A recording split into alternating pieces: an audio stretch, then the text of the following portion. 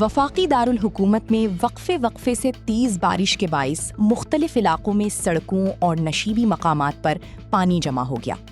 بارش کے باعث اسلام آباد کی اہم شاہراہوں پر ٹریفک کی روانی بھی متاثر ہوئی، جبکہ شہریوں کو آمد و رفت میں مشکلات کا سامنا ہے۔ محکمہ موسمیات کے مطابق اسلام آباد میں آج اور کل بارش، تیز ہواؤں اور گرج چمک کے ساتھ مزید بارش کا امکان ہے۔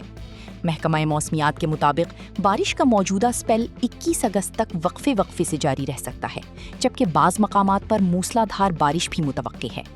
شدید بارش کے باعث اسلام آباد کے نشیبی علاقوں میں اربن فلڈنگ کا خدشہ بھی برقرار ہے۔ متعلقہ اداروں کی جانب سے صورتحال کی نگرانی کی جا رہی ہے، جبکہ شہریوں کو غیر ضروری سفر سے گریز اور احتیاطی تدابیر اختیار کرنے کی ہدایت کی گئی۔